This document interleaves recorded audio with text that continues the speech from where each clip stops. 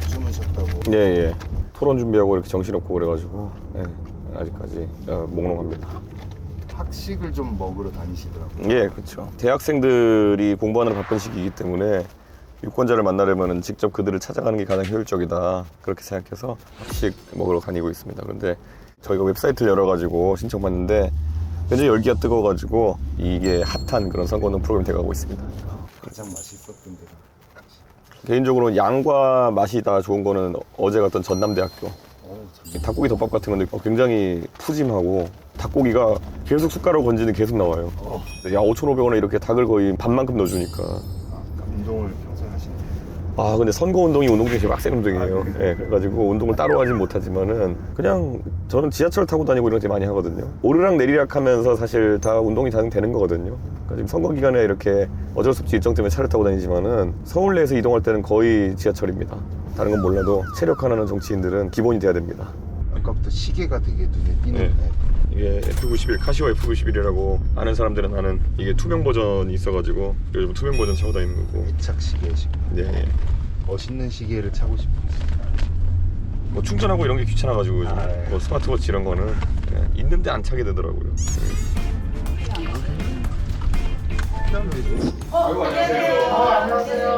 저희 남창이에요. 네, 안녕하세요. 처음 만나요. 네, 처음 뵙습니다. 예. 대선이 얼마 안 남았잖아요. 예, 예, 예. 네. 3년 전에 네. 대선 후보분들 저희 채널에 또 모셔서 얘기 나눌 때는 네. 수학을 배웠었어요. 맞아요. 저는 사실은 시간이 좀 여유가 있고 그렇다면 이준석 후보님께도 공부를 좀 하버드 나오셨고 워낙에 공부를 잘하셨던 분이라 근데 지금 시간이 너무 없고 네. 또 우리 국민 여러분들께서 대선 후보님들께 듣고 싶은 얘기들이 많으실 네. 것 같아서 중요한 얘기들부터 좀 네. 오늘은 해야 되겠다. 첫 질문부터 들어가겠습니다. 네. 자, MBTI. 예. ESTP. ESTP. 네. 내성적으로 보이시는데 이예요? 아, 정치하는데 어떻게 내성적일 수가 있어요. 원래 처음부터 이? 원래 고등학교 때부터 이거 좀 많이 하고 다녔어요, 밖에서. 네. 그래서 E는 맞고. 네. S는 뭐였지? 네, 현실적으로. 네. T도 이성적으로. 이성적으로. 예. 아, P는 이제 계획이 무계획. 무계획적인 즉흥적인. 즉그 약간 무계획이라고 하면 이상하잖아요. 그렇죠? 좀 그런 편이세요? 굉장히 파락파락 바뀌긴 해요. 빨리빨리 하고 싶은 대로 하는 스타일이긴 한데 E는 확실히 E가 맞고 S도 굉장히 현실적으로 T는 그래서 제가 이제 감성 없다 X를 듣기도 하고 네네네. 근데 이거는 정치하는 나쁜 건 아닌 것 같아요. 네. 예. 살면서 가장 영향을 받은 인물은 누가 있을까요? 미국에 있을 때 대학 다닐 때 충격이었던 게 오바마 연설하는 거 보고 깜짝 놀랐어요. 말을 너무 잘해요. 야, 그걸 알아들을 수 있다는 게 부럽다. 우리는 오바마 연설 많이 봐도 뭐 말을 잘하는 건지 못하는 건지 잘 모르겠는데. 아니 그러니까 사람이 원래 기대치보다 멋있으면 되게 멋있는 건데 아무도 누군지 몰랐으니까 제가 미국 대학 있을 때 갑자기 미국의 민주당에서 그 대선 후보 선출하는 걸 했는데 바람잡이 연설하러 나온 거예요. 후보가 아니라 젊은 정치인으로. 근데 가서 연설을 하는데 뭐라 떠들면은 사람들이 한 3초 있다가 박수를 쳐요. 왜냐면 하나 둘 셋 곱씹어 보니까 맞는 말이야. 그런 연설을 처음 봤어요, 사람들이. If you feel the same energy that I do, if you feel the same urgency that I do, if we do what we must do, this country will reclaim its promise. Thank you very much, everybody. God bless you. Thank you. 정치도 막 여러 방법론이 있잖아요. 선배들 싹싹하고 이렇게 잘해서 하는 거, 돈을 많이 벌어가지고 돈 쓰면서 정치하는 거. 근데 오바마는 말이나 이런 거로 사람을 사로잡는 거. 네, 저도 정치할 때 그런 걸 많이 모델링 하려고 해요. 연설 열심히 하고 이렇게 하는 거. 국내 인물 중에 혹시 영향받은 인물? 저는 솔직히 책 많이 봤는데 책 볼 때마다 놀라웠던 사람들이 대한민국 반도체 신화 이렇게 이랬던 사람들이 있어요. 황창규, 진대재 이런 사람들. 제가 원래 과학자 되고 싶었으니까 그런 분들 보면은 야, 저 과학으로 대한민국에 한번 이렇게 보탬될 수 있겠구나 하고 어릴 때 그런 걸 약간 꿈꿨던 게 있거든요. 그걸 꿈꾸다가 이제는 정치하고 있으니까 파란만장한. 살면서 가장 힘들었던 순간이 있다면 언제가 있을까요? 와, 제가 윤석열 대통령한테 얻어맞아가지고 한 2년 진짜 방황했거든요. 잘 나갔는데 쫓아내가지고.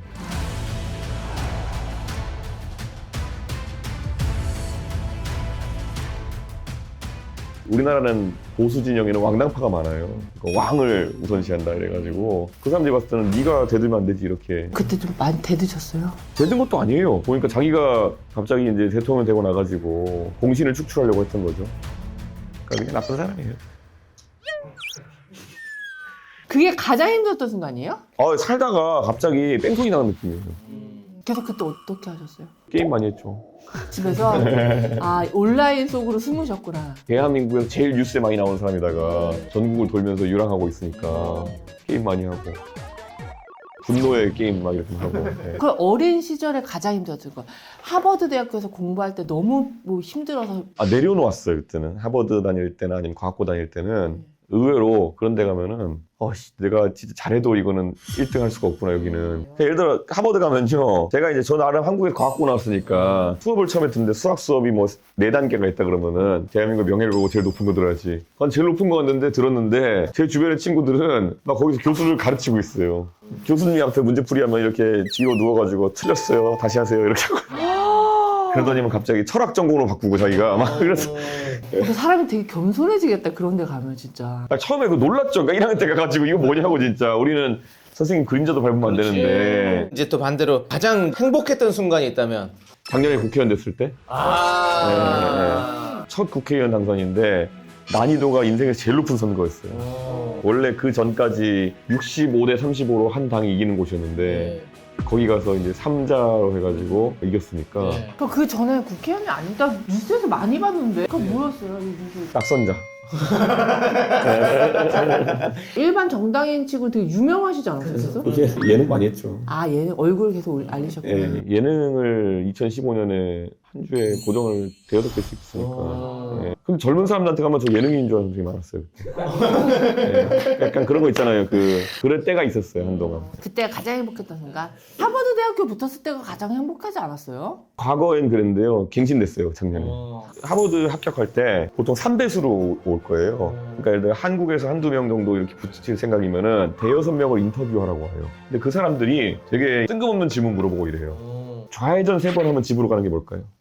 좌회전을 3번 하면 집으로 간다. 3번, 2번, 3번. 이게 뭐냐고요? 홍준이 그림 그렸으면 거의 다 맞춘 거예요, 이거 지금. 이게 뭐냐고요? 집을 떠나서 좌회전 3번 하면 뭐냐? 야구. 야구.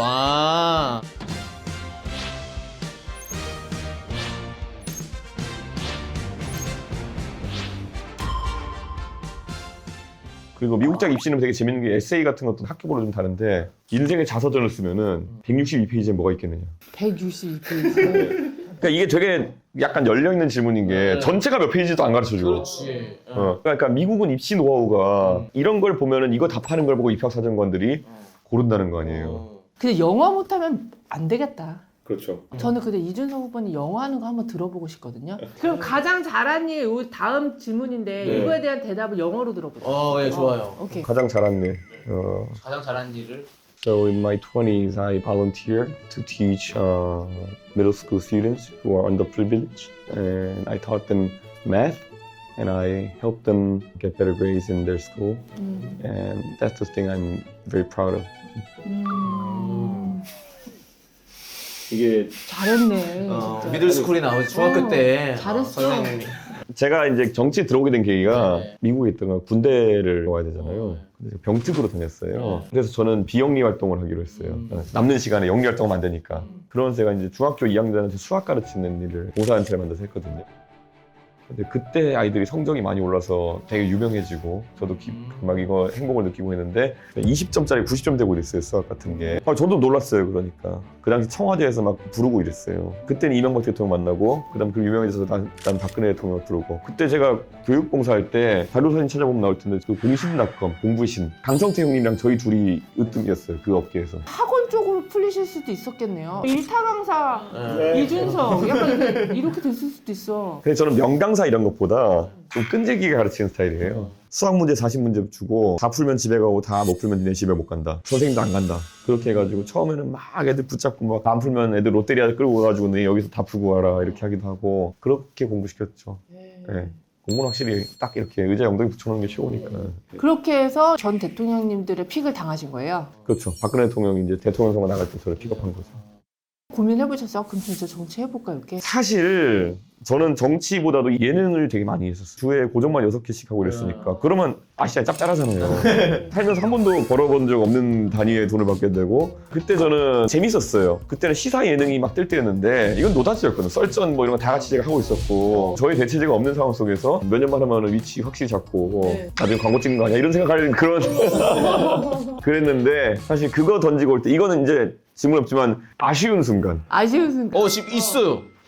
후회까지는 아니야. 후회는 아니고 아쉬운 순간. 그렇게 죽도록 컴퓨터 공부해놓고 결국 벤처 못한 거 방송으로 그때 고정이 대여섯 개 바뀔 정도로까지 했는데 이 길 안 가본 거 네. 왜냐면 이 길 안 간 다음에 그 다음에 한 10년 동안 이제 낙선하고 고생하거든요 이제 저는 많이 아쉬워하는 표정이에요. 아니 진짜 이거는 그러니까 제가 아쉽지. 그 예능 하던 시기가 제 인생에서 가장 워라벨이 맞았던 시기예요. 아쉬움보다 더 큰 가장 후회가 되는 순간.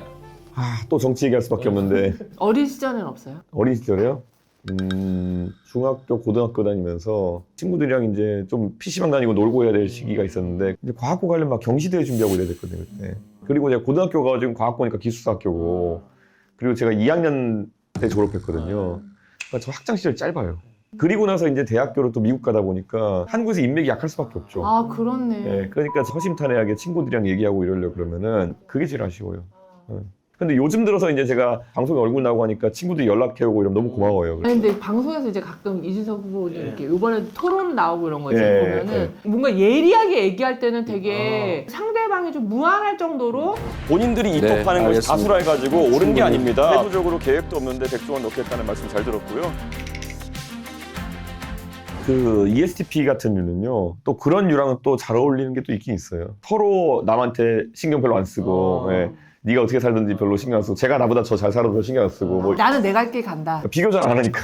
그러니까. 근데 이제 그래서 친구를 두면은 거의 싸우진 않죠. 그 서로도 이렇게 부담 안 주고 하는 그런 스타일이긴 하죠. 바라는 것도 없고 그냥. 그렇죠. 그냥 서로 무심하다고 생각까지 표현할 수 있는 그런 약간. 그러니까 이런 거 있잖아요. 2달 만에 3달 만에 얘기해도 야 어떻게 지내냐가 앞에 없어요. 그렇지.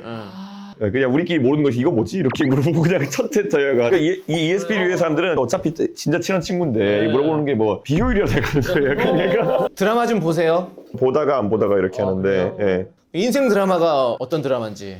저는 솔직히 제가 약간 국뽕 이런 걸 좋아해서 그런지 모르겠지만은 어릴 때는 제가 미국에 유학 가 있으면요 사극 보면 국뽕이 나요 미국에 있으면. 사극을 보면. 그래서 제가 있을 때 미국 있을 때 탁했던 게 불멸의 이순신, 김병미 씨 그때 진짜 멋있게 나왔던.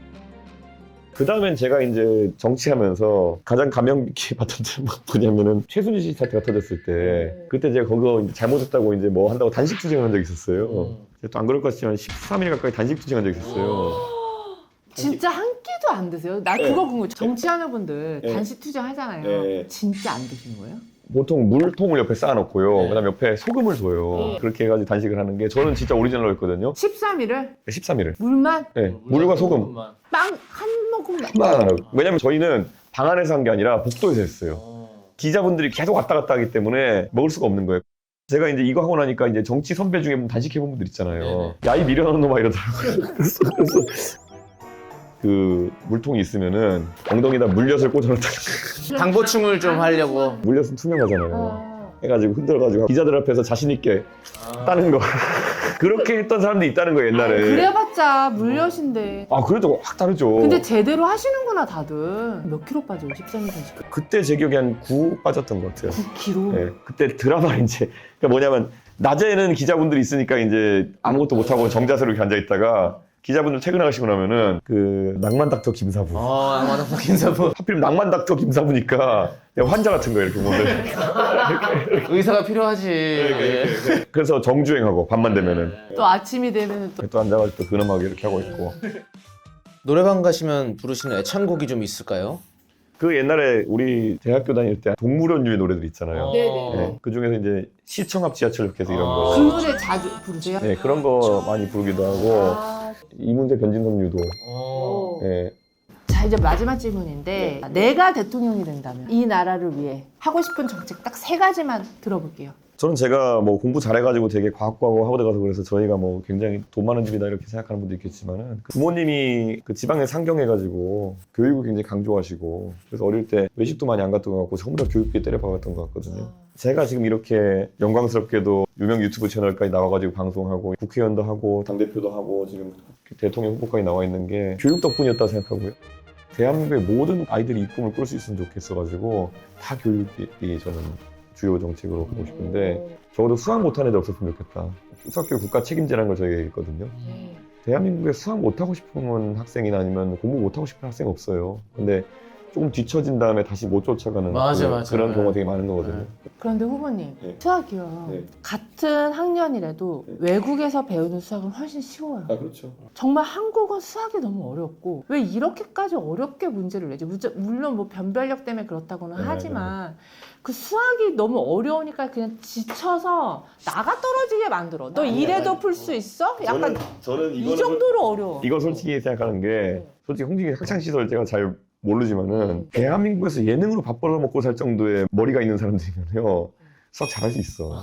수학 국가 책임제면 어떻게 가르칠 수 있는 거예요? 그러니까 우리나라 수학에 보면은 이제 20명씩 수업하고 있잖아요. 수준 차이가 너무 나기 때문에 선생님들 솔직히 잘 가르치기 어려워요. 그래서 저희가 지금은 성취도 평가 이런 거 잘 안 보는데 봐서 학교나 지역에 여기는 수학 교육이 좀 잘못되고 있다라는 게 파악되면은 거기에다가 교사를 추가 투입하는 거. 그래서 20대 1로 가르치는 게 아니라 어딘가는 5대 1로 가르치고 이렇게 해서 추가적인 자원을 투입해가지고 수학 수준을 끌어올리는 걸 저희가 수학교육 국가 책임제라고 이제 하려고 하는 거거든요. 그 수학을 끌어올렸을 때 우리나라가 가질 수 있는 경쟁력은 어떤 게 있을까요? 이공계 일자리가 되게 많아지고 수학 모르면 할 수 없는 일자리가 많아지고 있어요. 그래서 저는 젊은 학생들, 어린 학생들이 수학 때문에 일자리의 반 이상을 없애고 출발하지 않았으면 좋겠어요. 네. 실제로 취업하는 분들 얘기 들어보면 문과는 거의 안 뽑는다는 거. 다 엔지니어 뽑고. 요즘 문과 학생들도 그래서 다시 수학 공부하고 아니면 복수 전공하려고 그러고 이런 게 되게 많거든요. 자, 두 번째 정책. 젊은 부부들이 결혼하면은 집을 사잖아요. 주택담보대출 받잖아요. 옛날에는 한 10년씩 거치 기간을 줬어요. 이자만 갚을 수 있는 기간을. 근데 지금은 돈 빌리자마자 바로 원금하고 이자를 바로 갚기 시작해야 되거든요. 그런데 그러면은 예를 들어 주택담보대출 1,200씩 갚아야 되면은 쓸 돈이 없어요. 그럼 애 키우면서 살기 너무 힘들거든요. 그래서 애를 못 낳죠. 그래서 저는 원금 안 갚는 기간, 그러니까 거치 기간을 좀 늘려주고 싶어요. 기본으로 3년 정도는 이자만 갚는 기간. 거기다 애 낳을 때마다 2년씩 추가. 이렇게 해가지고 어차피 갚아야 될 돈은 갚는 건데 가장 인생에서 돈이 많이 들어가고 소득이 적을 때 좀 이런 것들을 부담이 적게 하는 게 저희 좀 목표예요. 네. 세 번째는 연금. 국민연금 같은 경우에 국민연금 어떻게 해요? 그러니까 이제 인구구조가 이렇게 돼가지고 지금 이제 젊은 사람들은 아직 못 받을지도 모른다. 네. 그 젊은 사람 기준으로 홍진경 씨도 한참 아래. 홍진경 씨는 이제 수급에 가까워진 나이대고. 네. 그렇게 말씀을 하세요. 근데 이게 오히려 홍진경 씨 같은 경우에는 이제 사회생활도 하시고 국민연금 내보신 게 많으니까 놀라시잖아요. 근데 아직까지 20대 대학생들 이런 분들은 이게 닥쳤는데도 아직까지 사회생활 아직 시작 안 하신 분들은 감이 잘 안 잡히는 거죠. 이대로 가면은 파산이 이제 예상되기 때문에 지금까지 연금이랑 앞으로 연금 분리해야 된다 생각해요. 나 나중에 연금 안 받고 나 지금 또 안 낼래 하면 안 낼 수 있는 건가요? 그건 안 돼요. 해외로 나가서 영주권 받고 이래야지 안 낼 수 있는 거거든요. 그러니까 지금까지 연금은 좀 지금까지 낸 세대가 부채를 메꿔가면서 받아가는 시스템을 가야 되고 새로운 연금 시스템을 미래 세대한테 적용해야 되는데 분리해가지고 지금은 내가 매달 9%씩 내 버는 거에서 내면은 나중에 가서 한 40%의 소득을 대체해서 가져갈 수 있는 그런 시스템인데 여기는 좀 조정해가지고 더 내고 약간 덜 받는 상황이 되더라도 어쨌든 받을 수는 있게 해준다. 네, 그런 식으로 좀 개혁하려고 하는 거죠. 9%에다 이번에 13%를 올리기로 했거든요. 이거 13%를 올리면은 세금 내고 국민연금이랑 건강보험 내고 주택담보대출 갚고 이러면은 요즘 젊은 사람 쓸 돈이 없어요. 맞아요. 그래서 그 원금 납부라도 유예해주지 않는 게 아까 되게 중요한 정책이에요. 네.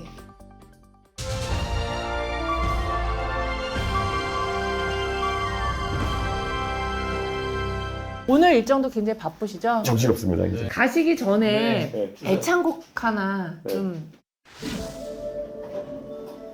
니들 오랜만이다. 좋은데 이 노래. 시청 앞 지하철역에서 너를 다시 만났었지. 신문을 사려 돌아섰을 때 너의 모습을 보았지. 발 디딜 틈 없는 그곳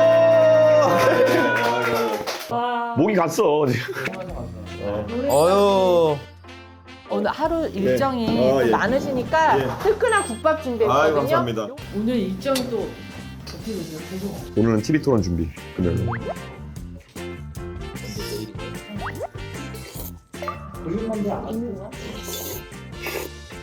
아니 근데 토론을 이제 격렬하게 하고 나서 끝나고 악수해요? 카메라 페이드가 하기 전까지 한 1분 정도 있거든요. 그때 일부러 가서 하지. 상대가 안 받으면 속도 분산되니까 그냥 일부러 하면 상대가 안 받을 확률이 있으니까. 그럼 오늘 일정도 잘 마무리하시고 귀한 시간 내주셔서 감사합니다. 열심히 하겠습니다. 네. 감사합니다. 감사합니다. 천재가 되자 천재가 되자